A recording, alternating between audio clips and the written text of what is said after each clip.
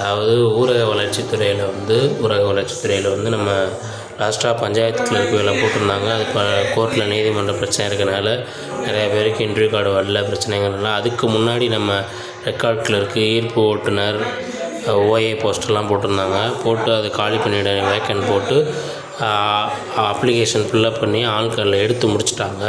இப்போ அதுக்கப்புறமா திருப்பி நம்ம வந்து அதே துறையில் ஈர்ப்பு ஓட்டுநர், ரெக்கார்ட் கிளர்க், ஓஏ இந்த வேலைக்கான வந்து அரசாணை வந்திருக்குது. வேக்கண்ட் இருக்குது.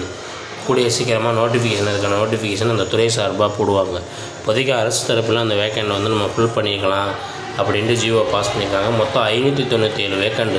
அதாவது பதிவரை எழுத்தர், ஓஏ போஸ்ட்டு, ரெக்கார்ட் கிளர்க் மொத்தமாக ஓவராலாக 597 வேக்கண்ட் இருக்குது.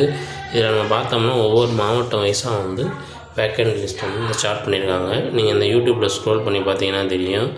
காஞ்சிபுரம், செங்கல்பட்டு, திருவள்ளூர், கடலூர், கள்ளக்குறிச்சி, வேலூர், ராணிப்பேட்டை, திருவண்ணாமலை, சேலம், நாமக்கல், கிருஷ்ணகிரி இப்போ எல்லா மாவட்டத்துலேயும் எவ்வளோ வேக்கண்டு, அதாவது அரசு தரப்பில், அதாவது மாவட்ட யூனியனில் எவ்வளோ வேக்கண்டு, ஒன்றிய தலைப்பின் கீழ் எத்தனை வேக்கண்டுன்னு பிரித்து கொடுத்துருக்குறாங்க.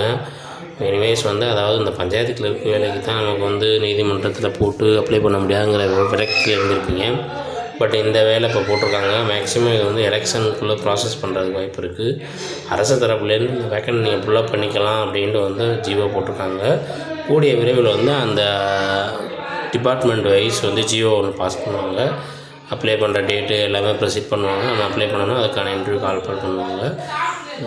ஜாபுக்காக காத்திருக்கவங்க பார்த்து பயனடைங்க. மேற்கொண்டு நம்ம ஜாப் அலாட் வேணும்னா நம்ம சேனலை சப்ஸ்கிரைப் பண்ணிக்கோங்க.